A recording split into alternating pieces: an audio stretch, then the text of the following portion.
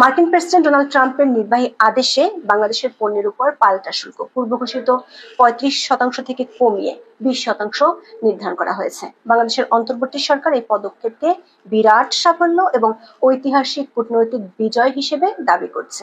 তবে চাঁদের যেমন কলঙ্ক আছে, তেমনি এই সাফল্যের পেছনে যে একটি অশনি সংকেত লুকিয়ে আছে সেটি এরই মধ্যে প্রকাশ হয়ে গেছে। কারণ এই সাফল্য পেতে ডক্টর ইউনূসের সরকার নিজেদের আওতার বাইরে গিয়ে যুক্তরাষ্ট্রকে এমন কিছু সুবিধা দিয়েছে যেগুলো তারা গোপন রাখছে, যাকে বলা হচ্ছে একটি গোপন চুক্তি বা নন ডিসক্লোজার এগ্রিমেন্ট কিংবা এনজিএ। প্রশ্ন উঠেছে, এই চুক্তিটি কেবল গোপনীয়তার বিষয় নাকি এর আড়ালে বাংলাদেশের সার্বভৌমত্ব ও দীর্ঘমেয়াদী স্বার্থের উপর কোনো প্রভাব রয়েছে?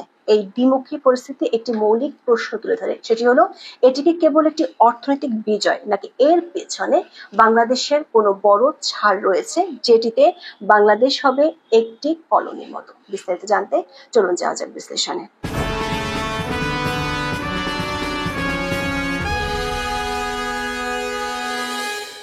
গত 2রা এপ্রিল মার্কিন প্রেসিডেন্ট ডোনাল্ড ট্রাম্প বিশ্বের অনেক দেশকে তার দেশের বিশাল বাণিজ্য ঘাটতির জন্য দায়ী করে পাল্টা শুল্ক আরোপের ঘোষণা দেন। এর আওতায় বাংলাদেশের পণ্যের উপর 37% পর্যন্ত শুল্ক বসানোর হুমকি দেওয়া হয়েছিল। এটি বাংলাদেশের রপ্তানিকারকদের কপালে চিন্তার বড় ভাঁজ ফেলেছিল। 3 মাস ধরে মার্কিন বাণিজ্য দপ্তরের সঙ্গে বাংলাদেশের দফায় দফায় আলোচনা চলে। বাণিজ্য ঘাটতি কমাতে নানা প্রতিশ্রুতি ও ছাড় দেওয়া হয় বাংলাদেশের পক্ষ থেকে। অবশেষে 1 আগস্ট প্রেসিডেন্ট ডোনাল্ড ট্রাম্পের নির্বাহী আদেশে এই পাল্টা শুল্ক 35% থেকে কমিয়ে 20% নির্ধারণ করা হয়েছে। এই নতুন শুল্ক হার 7 আগস্ট থেকে কার্যকর হচ্ছে। তবে এখানে একটি অঙ্কের হিসাব আছে। এই নতুন 20% পাল্টা শুল্ক বাংলাদেশের পণ্যের উপর আগে থেকে থাকা গড় 16.5% বিদ্যমান শুল্কের সাথে যুক্ত হবে। ফলে মার্কিন বাজারে বাংলাদেশি পণ্যের উপর মোট কার্যকর শুল্কের হার দাঁড়াবে প্রায় 36.5%। গত বছর এটি ছিল গড়ে 15%, অর্থাৎ শুল্ক কমলেও এটি আগের তুলনায় সামগ্রিক শুল্কের একটি উল্লেখযোগ্য বৃদ্ধি। আবার যেসব পণ্য দেশীয় কাঁচামাল দিয়ে তৈরি নয় সেগুলোতে 51% শুল্ক দিতে হবে।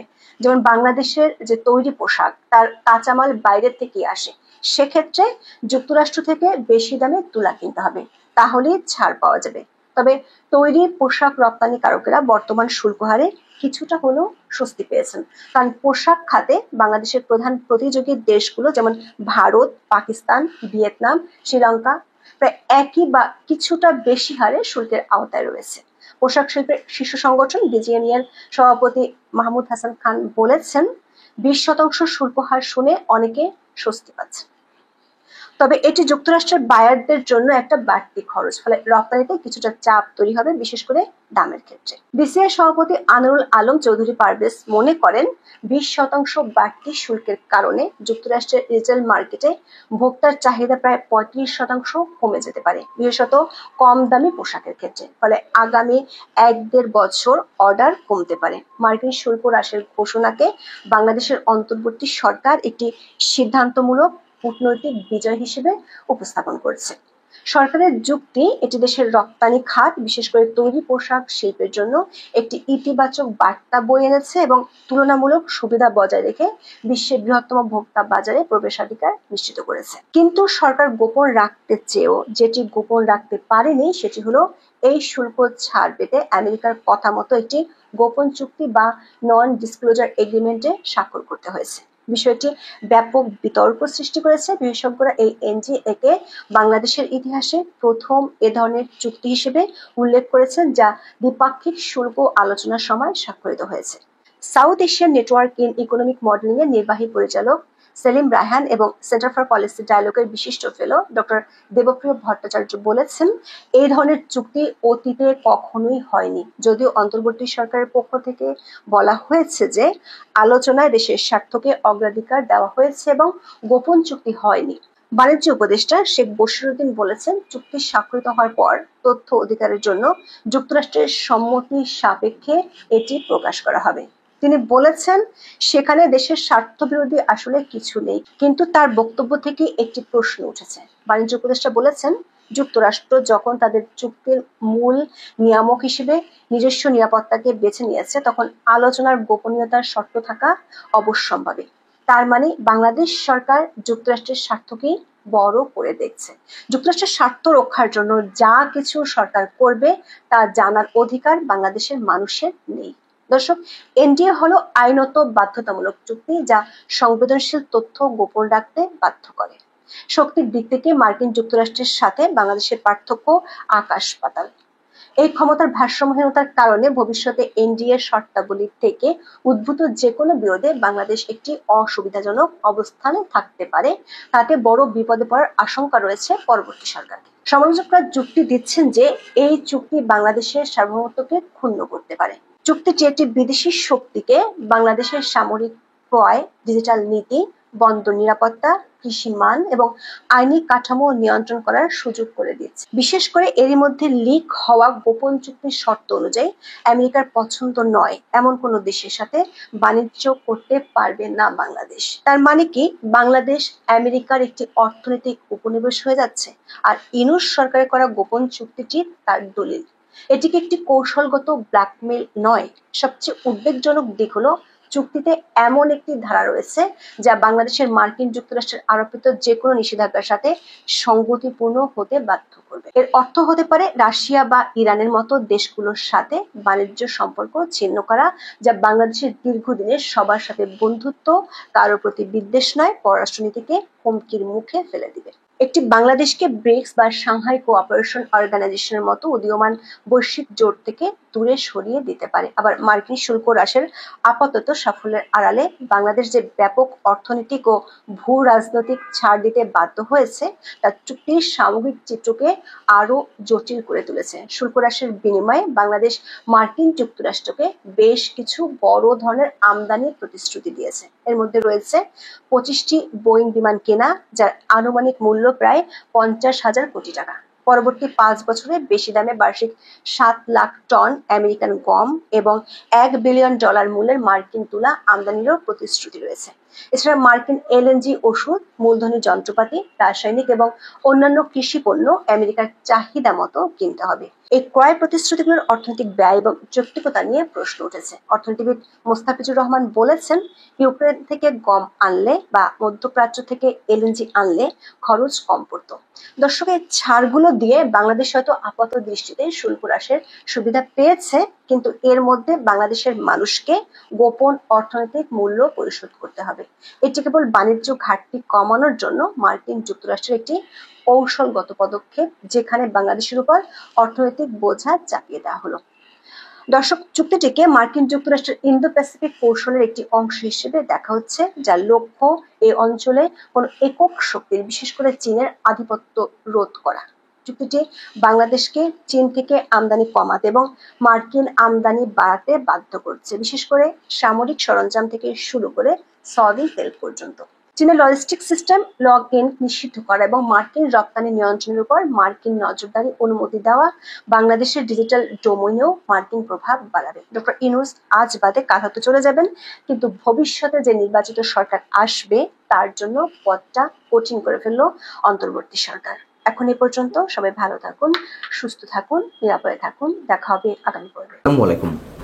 2024-এর 5 আগস্টের পর থেকে বাংলাদেশে কথিত ইসলামী জঙ্গি গোষ্ঠী কিংবা সাম্প্রদায়িক শক্তির একটি উত্থান ঘটতে চলেছে, উর্বর ভূমি তৈরি হয়েছে এই গোষ্ঠীর জন্য, এমন অভিযোগ আন্তর্জাতিক নানান পর্যায় থেকে উঠতে শুরু করেছে এবং হরহামেশাই এই অভিযোগ তোলা হচ্ছে। এবং সেইটি যদি সত্য হয়ে থাকে, সেই জায়গা থেকে অবশ্যই ভারতের উদ্বেগ হওয়ার যথেষ্ট কারণ রয়েছে তার নিরাপত্তার স্বার্থে। এবং ভারত বিভিন্ন সময় নিজেও এইসব বিষয়ে নানান ধরনের অভিযোগ উত্থাপন করেছে।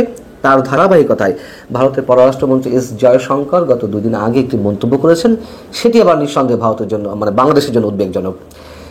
এস জয়শঙ্কর যিনি বলছেন যে বাংলাদেশে একটি গ্রেটার মানচিত্র প্রকাশ করা হয়েছে, যার সঙ্গে সম্পৃক্ত রয়েছে তুরস্ক ভিত্তিক একটি এনজিও, টার্কিশ ইউথ ফেডারেশন।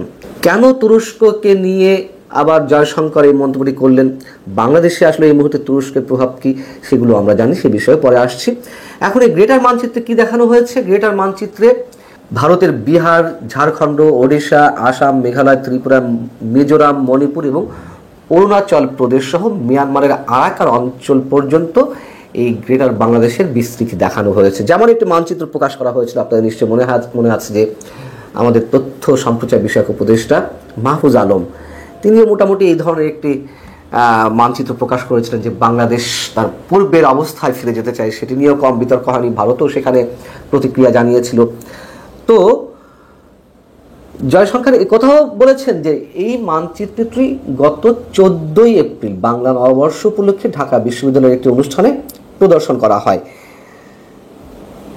কিন্তু এই প্রসঙ্গটি আবার নতুন করে এসেছে সাংবাদিকদের প্রশ্নের জবাবে। এবং ভারত কি করতে চায়, কোন অবস্থায় আছে, সেটিও জয়শঙ্কর মন্তব্য করেছেন। তিনি বলেছেন যে এই ইস্যুতে ভারত সতর্কভাবে বাংলাদেশের উপর নজরদারি করছে এবং জাতীয় নিরাপত্তার স্বার্থে প্রয়োজনীয় সব পদক্ষেপ নেবে।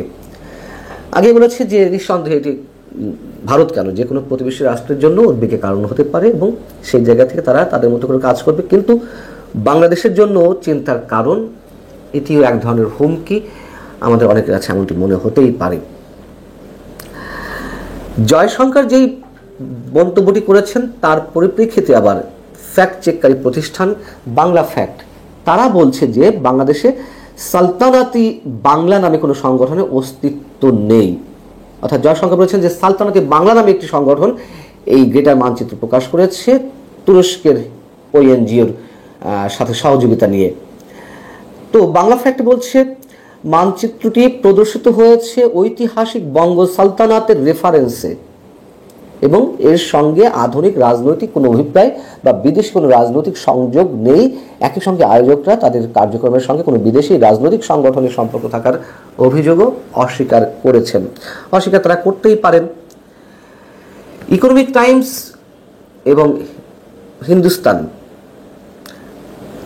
এই গণমাধ্যমগুলো যে দাবি করছে তা হচ্ছে শেখ হাসিনা সরকারের পতনের পর তুরস্ক বাংলাদেশে তাদের প্রভাব জোরদার করতে তৎপর হয়েছে। বিশেষ করে পাকিস্তানের সঙ্গে বাংলাদেশের সম্পর্ক পুনঃস্থাপনের প্রেক্ষাপটে এই তৎপরতা নতুন মাত্রা পেয়েছে। ভারতের গণমাধ্যম কি বলল কি না বলল সেটা যদি আমরা বিবেচনায় নাও নিই, কথাগুলো তো সত্য, এগুলো তো আমরা জানি। পাকিস্তানের সাথে যে উদার একটি সম্পর্ক বাংলাদেশে প্রতিষ্ঠিত হয়েছে 1971 সালের পরে এই প্রথমবারের মতন, এবং তুরস্কের রাজনীতির প্রভাবও যে বাংলাদেশে পড়ছে তাও নিশ্চয়ই আমরা এটা জানি। এবং তুরস্ক থেকে বাংলাদেশের সেনাবাহিনীর জন্য সমরাস্ত্র কেনার একটি কথাবার্তা চলছে। তুরস্ক সমর্থিত এনজিওগুলো বাংলাদেশে বর্তমানে সক্রিয় হয়ে উঠেছে, এগুলো সবই সত্য কথা।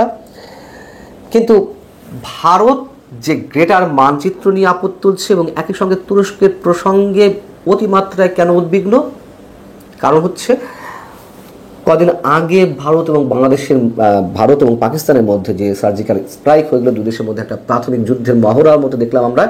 সেক্ষেত্রে তুরস্ক কিন্তু সম্পূর্ণভাবে পাকিস্তানকে সাপোর্ট করেছিল এবং বাংলাদেশের উপর তুরস্কের যে প্রভাব, নতুন যে রাজনৈতিক দল এনসিপি জাতীয় নাগরিক পার্টি তারা তাদের যে গঠনতন্ত্র প্রণয়ন করেছে, তারা সেক্ষেত্রে তুরস্কের যে ক্ষমতাসীন দল একে পার্টি যে প্রক্রিয়ায় দল পরিচালনা করে তার বেশ কিছু ভাবধারা এনসিপি নিয়েছে বা তাদের আদলে রাজনৈতিক দলটি গড়তে চায়, এ কথা তো আমরা তাদের মুখ থেকেই শুনেছি।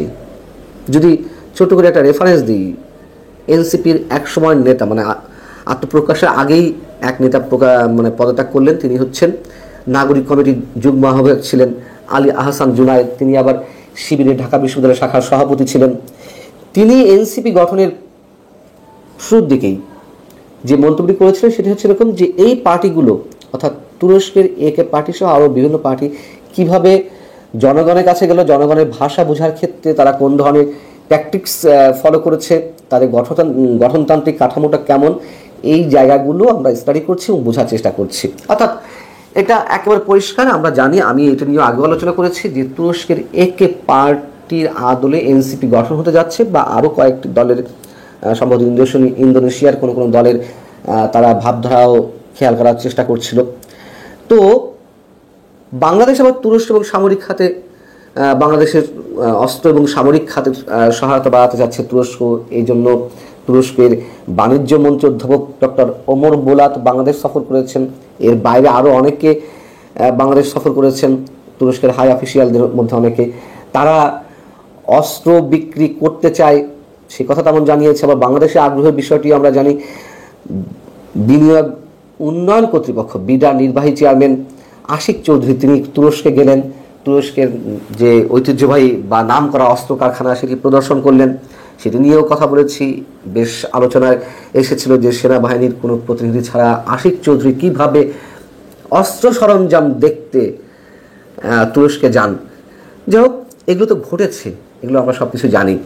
এখন এস জয়শঙ্কর যেটি বলছেন যে তাদের জাতীয় নিরাপত্তা এবং ভৌগোলিক অখণ্ডতা রক্ষায় সবসময় ভারত দৃঢ় প্রতিশ্রুতিবদ্ধ এবং সেই জায়গা থেকে তারা বাংলাদেশের উপরে কড়া নজরদারি রাখছে। তাদের ভূমিকা কি হবে, তারা কি করতে চায়, এগুলো নিশ্চয়ই আলোচনায় আসতে পারে।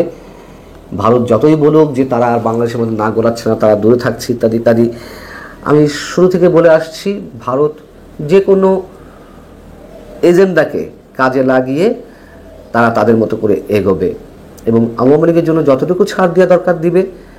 একই সঙ্গে তাদের নিরাপত্তার স্বার্থে ভারত নিশ্চয়ই মুখে আঙুল পুড়ে বসে থাকবে না, খুবই বাস্তবতা।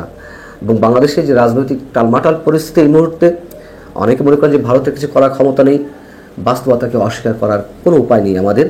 ভারত তার মতো করে এগোবে, তাতে বাংলাদেশে কতটুকু উপকার হলো কতটুকু ক্ষতি হলো সেটি তাদের দেখার বিষয় নয়, খুব স্বাভাবিক কথা।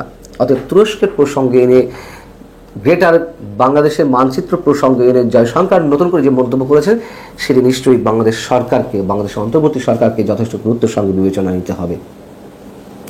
ভালো থাকুন, আল্লাহ হাফেজ।